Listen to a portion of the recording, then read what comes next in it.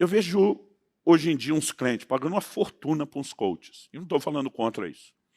Priorize e organize a sua vida, mesmo que isso custe algum investimento. O que eu não entendo é uns camaradas pagar tão caro para uns coaches, que às vezes até besteira falam, e não ouvir o conselho que Jesus, que para rebaixá-lo, a gente poderia chamá-lo de o maior de todos os coaches. Mas essas pessoas pagam para ouvir alguém aqui e não ouvem o que Jesus do lado de cá está falando de graça. Ele diz, não trabalhe pela comida que perece. Trabalhe pela que permanece para a vida eterna.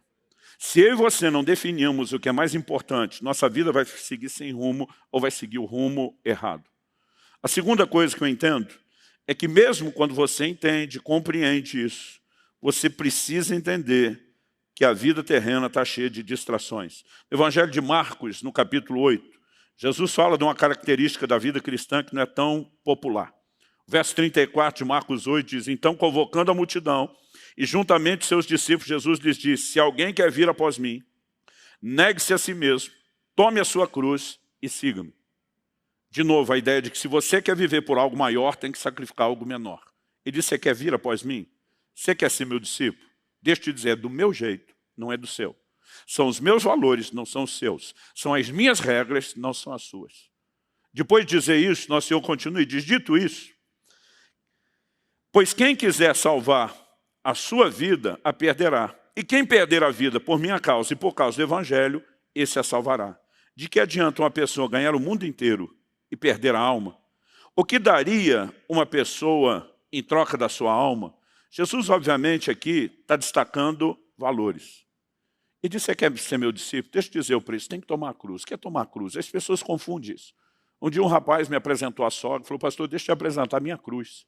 Eu fiquei sem entender, eu falei, como é que é? Ele falou, minha sogra. Eu olhei e falei, é uma santa mulher de Deus, ouvi esse desaforo e não retribuí. Né? Mas o que eu e você precisamos entender é que cruz, diferente do que muitas vezes a gente usa, não é problema ou dificuldade. Quando Jesus foi sentenciado à morte por crucificação, que era uma das formas de execução mais comuns do Império Romano, ele foi obrigado a carregar sua cruz até o lugar da crucificação. Isso era uma confissão e uma admissão pública para todo mundo que o assistia carregando a cruz. Eu fui sentenciado à morte. Sou um condenado à morte. Jesus está dizendo que quer ser meu discípulo? Pega a sua cruz e assuma diante do mundo inteiro que você vai ter que morrer para você. Você não tem mais o direito de viver para você, se quiser ser meu discípulo. Em outras palavras, ele está dizendo, assuma a sentença de morte. Mas aí ele diz assim no verso 35, quem quiser salvar sua vida, vai perdê-la. E quem perder sua vida por minha causa, por causa do Evangelho, esse a salvará. Às vezes eu li uns textos que não entendia, pensava, Deus, Senhor, é do contra. O que se humilhar vai ser exaltado, o que exaltar vai ser humilhado. Parece que o Senhor quer sempre ir na contramão. O cara tentou salvar, perde. Tentou perder, salva. Na verdade, o que eu e você precisamos entender é que Jesus acabou de anunciar, você vai morrer para si. Aí diz assim, quem quiser salvar a sua vida, e salvar a sua vida é escapar da cruz. Aí vai perder. É aí que vai dar ruim. A perda não é a cruz, a perda é você fugir da cruz. Mas aí depois ele diz, mas quem perder a sua vida por minha causa e por causa do Evangelho, acertar a cruz, morte para si mesmo, esse a salvará. Ele não está falando nem da salvação eterna, mera e simplesmente. Ele está falando de, muitas vezes, pessoas que querem se poupar da privação em nome de vamos divertir, elas viverão as maiores perdas. Gente que aceita a perda, vamos nos privar do que é necessário, viverão os maiores deleites. Quem está entendendo, diga amém. Aí depois ele pergunta, de que adianta a pessoa ganhar o mundo inteiro e perder sua alma? Que daria uma pessoa em troca da sua alma?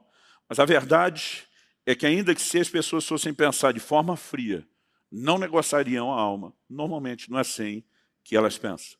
Por quê? Porque muitas vezes a gente acaba sendo levado e distraído por aquilo que é terreno. A pregação contemporânea do Evangelho tem focado demais aquilo que é terreno.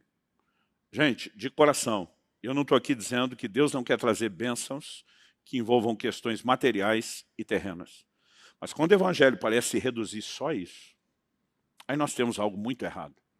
Porque em 1 Coríntios 15, 19, Paulo diz, se é só para essa vida que esperamos em Cristo, Nós somos de todos os homens os mais dignos de lástima. Então não estou aqui dizendo que ele não pode abençoar sua casa, constituir família, como fez com as parteiras do Egito, que ele não pode te fazer prosperar e derramar inúmeras bênçãos materiais. Mas se o evangelho for só isso, nós o empobrecemos demais.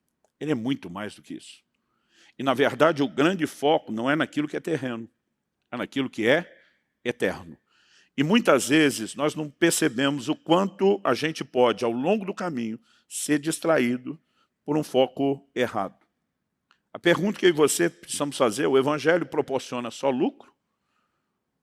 Ou ele também traz perdas? Se você olhar principalmente a perspectiva natural, terrena, temporária, ele não vem oferecendo apenas ganho, ele vem oferecendo perda. Na eternidade, esqueça as perdas.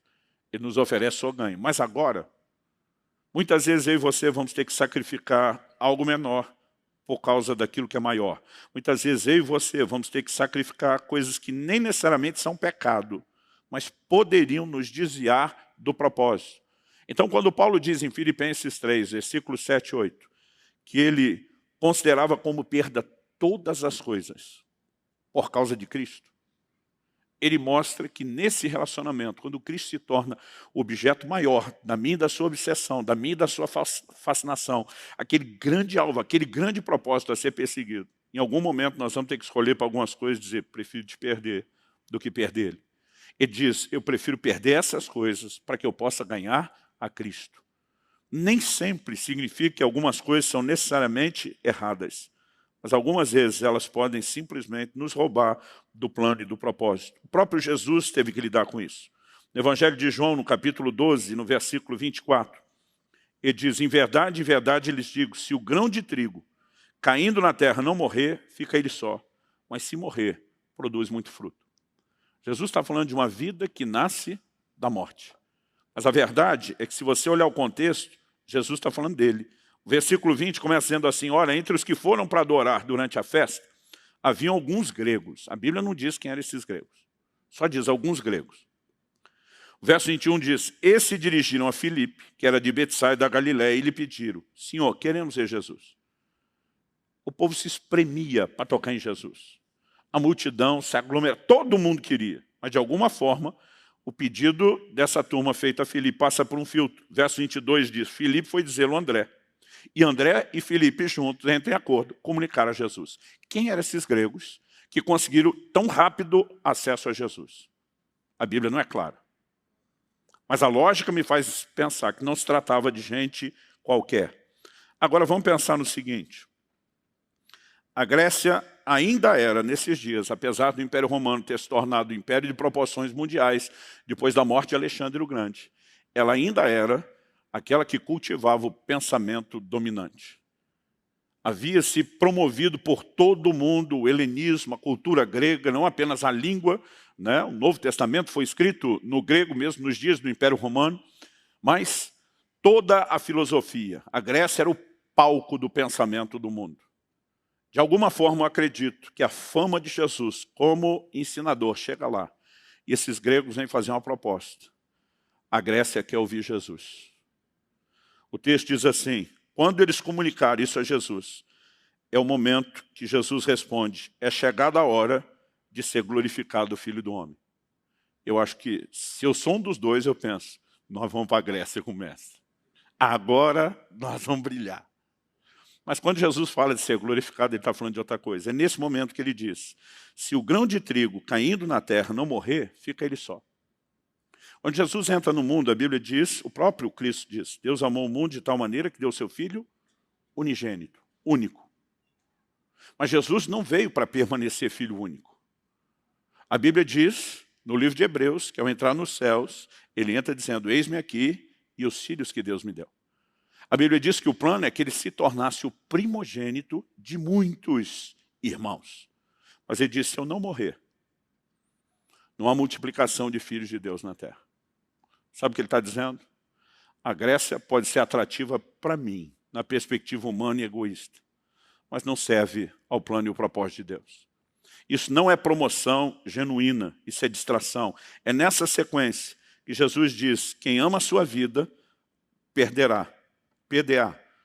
Mas aquele que odeia a sua vida nesse mundo irá preservá-la para a vida eterna.